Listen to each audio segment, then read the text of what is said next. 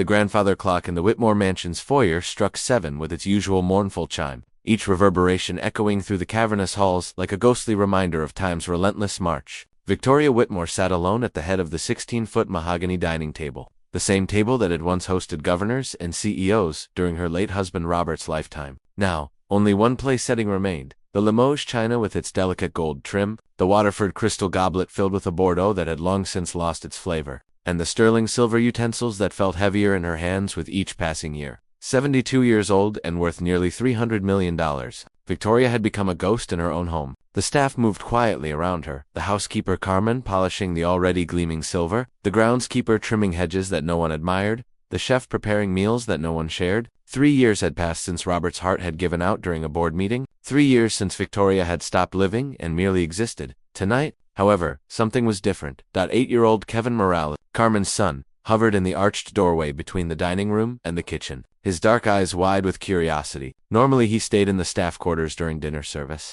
coloring in his books or watching cartoons on the small television Carmen kept in their sitting room, but something about Mrs. Whitmore's solitary meals had always fascinated him. "You can go in, you know," whispered Maria, the kitchen assistant, nudging him gently. "She won't bite." Kevin shook his head, clutching his worn copy of Charlotte's Web to his chest. His mother had warned him repeatedly not to disturb Mrs. Whitmore during meals. "The dining room is for family," Carmen always said. Yet tonight, as Victoria lifted her spoon to taste the vichyssoise, her hand trembled slightly, a new development that had started last month. The spoon clattered against the bowl, sending a small splash of soup onto the pristine white tablecloth. Before Carmen could rush in from the pantry, Kevin darted forward. With careful precision, he placed his book on the table and used his napkin to dab at the spill, just as he'd seen his mother do countless times. Victoria froze. The child's sudden presence at her elbow was so unexpected that for a moment she thought she might be hallucinating. Then she noticed the book. "You like Charlotte's Web?" she heard herself ask, surprising herself with the sound of her own voice. She hadn't spoken to anyone during dinner in years. Kevin nodded, suddenly shy. "Wilbur's my favorite. He just wants a friend." The simple statement pierced Victoria's carefully constructed armor. Without thinking, she gestured to the chair beside her, the one that had been Robert's. "Would you like to join me?" Kevin hesitated, glancing toward the kitchen where his mother worked. Then, with the innate wisdom of children who recognize loneliness when they see it, he climbed into the massive chair, his small feet dangling a foot above the floor. It was at this exact moment that Margaret Pierce chose to make her unannounced entrance. "Victoria, I was just..." Margaret's voice cut off abruptly as she took in the scene before her, dressed in her usual Chanel suit with pearls that had been in the Pierce family for generations. Robert's sister stood frozen in the doorway, her carefully Botoxed face contorting in disbelief. "That child," she hissed, her manicured finger pointing at Kevin like he was some sort of vermin, "should not be here during your dinner." Victoria. The temperature in the room seemed to drop 10 degrees. Carmen came rushing in from the kitchen, her face pale. "Kevin, I'm so sorry, Mrs. Whitmore, he knows better." Victoria raised a single hand, silencing them all. Her blue-gray eyes, once described by Fortune magazine as able to wither competitors at 50 paces, locked onto Margaret with an intensity that made the younger woman take an involuntary step back. "Kevin," Victoria said calmly, "is my guest. Carmen, please set another place for him." The shock on Margaret's face would have been comical under different circumstances. Her mouth opened and closed several times before she managed to spit out, "Have you lost your mind? The help doesn't dine with. This is my house," Victoria interrupted, her voice quiet but carrying the weight of her 72 years and the empire she'd helped build. "And at my table, I decide who is welcome." Margaret's eyes darted from Victoria to Kevin to Carmen, her mind clearly racing. Victoria could practically see the calculations happening behind those cold blue eyes, the same eyes Robert had had, though his had always sparkled with warmth. "This isn't over," Margaret finally muttered before turning on her heel and storming out, her designer heels clicking like gunshots against the marble floor. As the front door slammed, Victoria became aware of Kevin's small hand resting tentatively on her arm. "Are you okay, Mrs. Whitmore?" he asked, with a child's innocent concern. Victoria looked down at the boy, at his too big sweater head, she realized, at his earnest brown eyes, at the way he'd instinctively tried to comfort her. Something long dormant stirred in her chest. "I am now," she said softly. Then, to Carmen's visible astonishment, Victoria Whitmore smiled, really smiled, for the first time in years. "Now Kevin, would you like to hear about the time Mr. Whitmore and I met the Queen of England at this very table?" As Kevin's eyes widened with excitement, Victoria didn't notice Carmen wiping away tears in the kitchen doorway. She didn't see Margaret sitting in her car outside, furiously dialing her lawyer. All Victoria knew was that for the first time since Robert's death, the mansion didn't feel quite so empty. But across town, Margaret Pierce was already setting her plans in motion. "David," she snapped into her phone, "we need to talk." Victoria's clearly not in her right mind anymore. She paused, watching the warm light from the dining room windows spill onto the manicured lawn. I think it's time we considered ... legal options. The battle lines had been drawn, and neither woman would back down.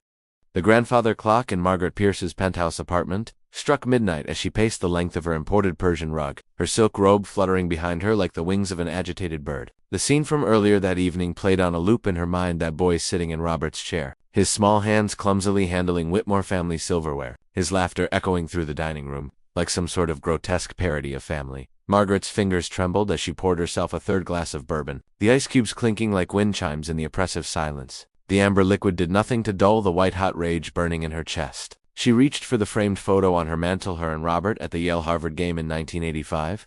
Back when the world still made sense? This is how you repay me? She whispered to her dead brother's smiling face, leaving everything to her, letting some maid's bastard sit at our table. The glass shattered against the fireplace before she even realized she'd thrown it.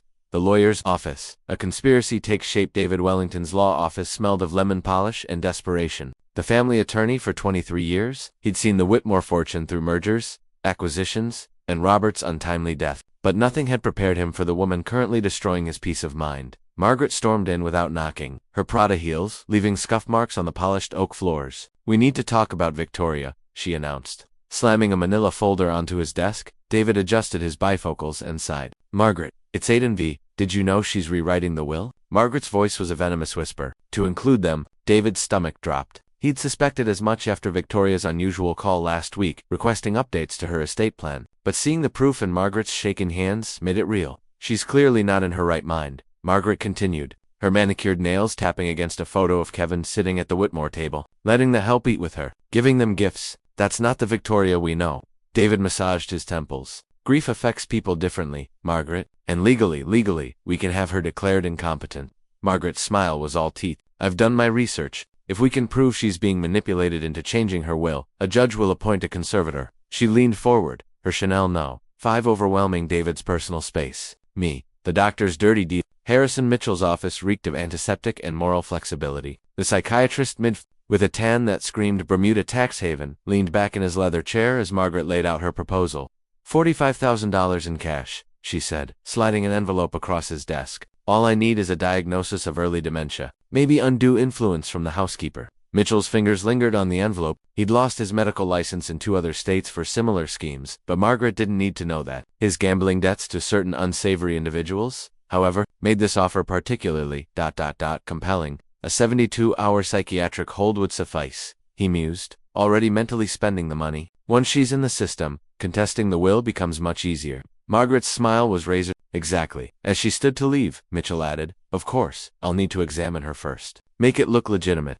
Margaret paused at the door. "Next Tuesday? I'll make sure she's available." Victoria's counterstructuance to them. Victoria Whitmore was already 3 steps ahead. The moment Margaret had stormed out after the dinner incident, Victoria had called Jonathan Myers, the same investigator who'd once helped Robert dismantle a corporate espionage ring. Within 48 hours, Jonathan delivered a dossier that would make a crime lord sweat. Margaret's financial ruin, secret loans, a mortgaged condo, and $200,000 lost in failed tech investments. Dr. Mitchell's shady past, license revocations, a pending malpractice suit, and a gambling addiction.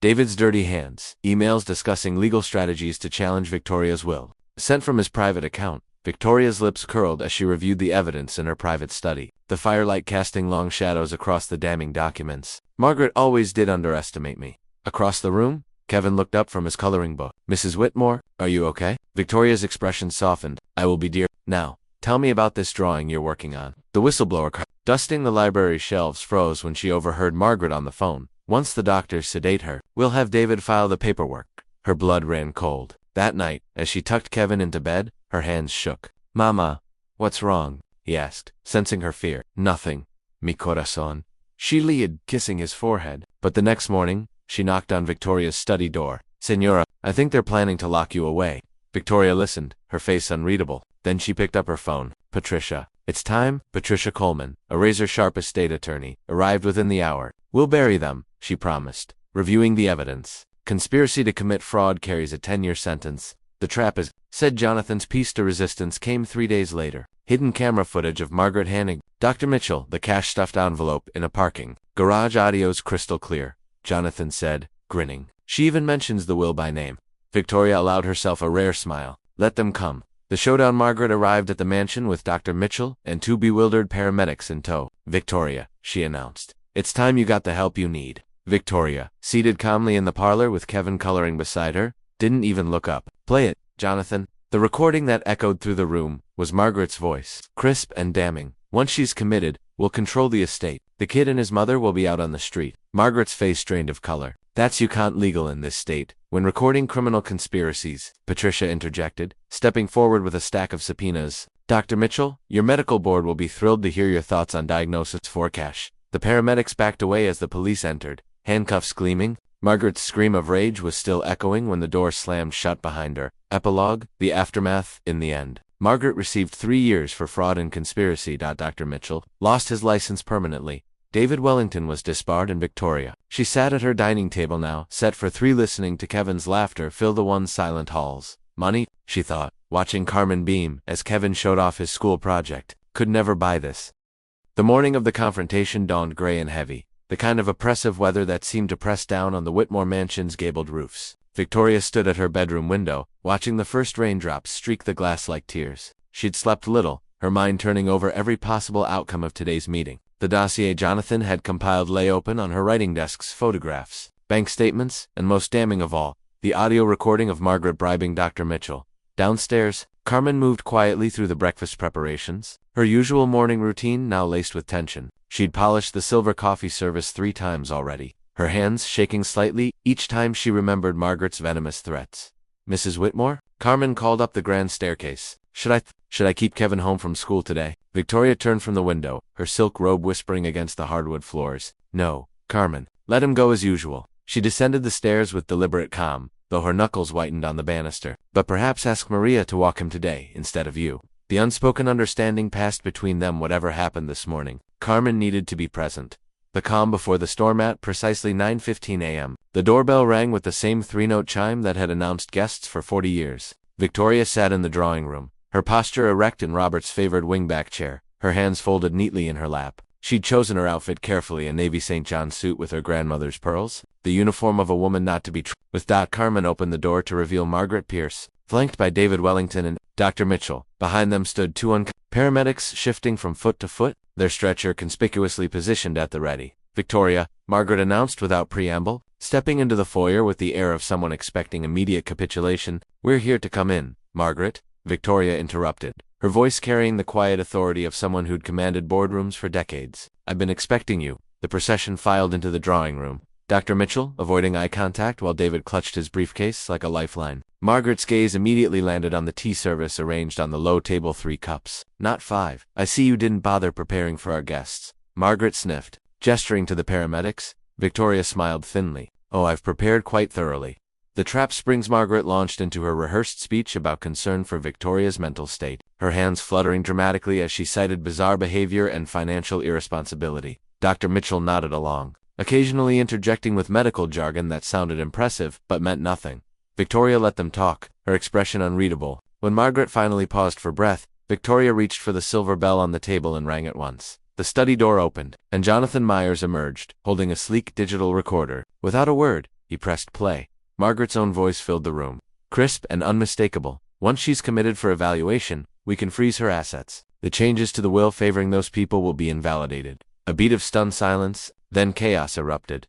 Margaret lunged for the recorder, but Jonathan easily evaded her. Dr. Mitchell began stammering about taken out of context, while David Wellington actually took a step back toward the door. "Did you really think," Victoria said, rising to her feet with a grace that belied her age, "that after surviving 3 hostile takeovers and the '89 stock market crash, I wouldn't recognize a coup attempt in my own home?" The evidence unveiled one by one. Victoria dismantled their conspiracy. The bribery proof, security footage from the parking garage where Margaret handed Dr. Mitchell the envelope of cash, time-stamped and crystal clear.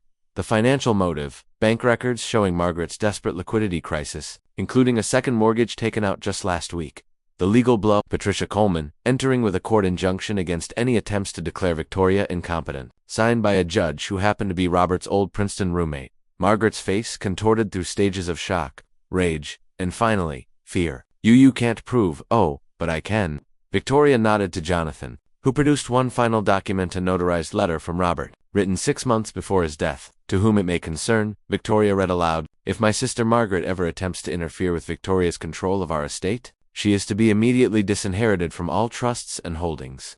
The color drained from Margaret's face. That's a forgery. Robert's distinctive lupinar, he'd always joked, looked like a sinking back at her in indisputable black ink. The fallout what happened next unfolded with almost cinematic precision. The paramedics, realizing they'd been misled, apologized profusely and left. Dr. Mitchell made a break for the door, only to find 2 police officers waiting on the porch. David Wellington immediately turned state's witness, offering to testify against Margaret in exchange for leniency. But the most satisfying moment came when Margaret, in one last act of defiance, spat at Carmen. "This isn't over. People like you don't belong in houses like this." Victoria moved faster than anyone thought possible for a woman her age. She crossed the room in 3 strides and slapped Margaret across the face with a crack that echoed off the vaulted ceilings.